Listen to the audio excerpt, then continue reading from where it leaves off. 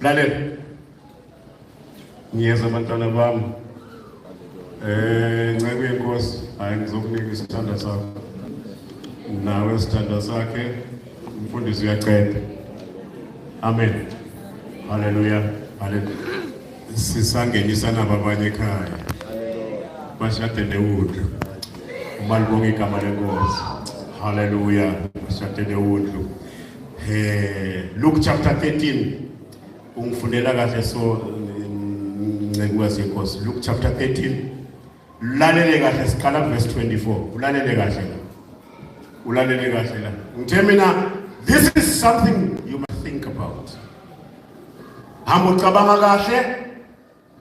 uyazi wena ukuthi niphila kanjani labangani bakho lithe verse lokuqala umuntu wabangani wenzani uyazilimaza